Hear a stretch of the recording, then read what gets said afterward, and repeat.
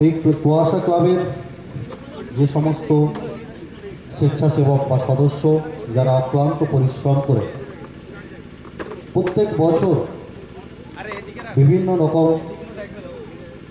সামাজিক কাজকর্মের সঙ্গে যুক্ত থাকে, খেলাধুলা থেকে শুরু করে রক্তদান শিবির, মাঙ্গলিক অনুষ্ঠান, তাদের এই যে চিন্তাভাবনা, এই চিন্তাভাবনাকে আমরা স্বাগত জানাচ্ছি, ধন্যবাদ জানাচ্ছি।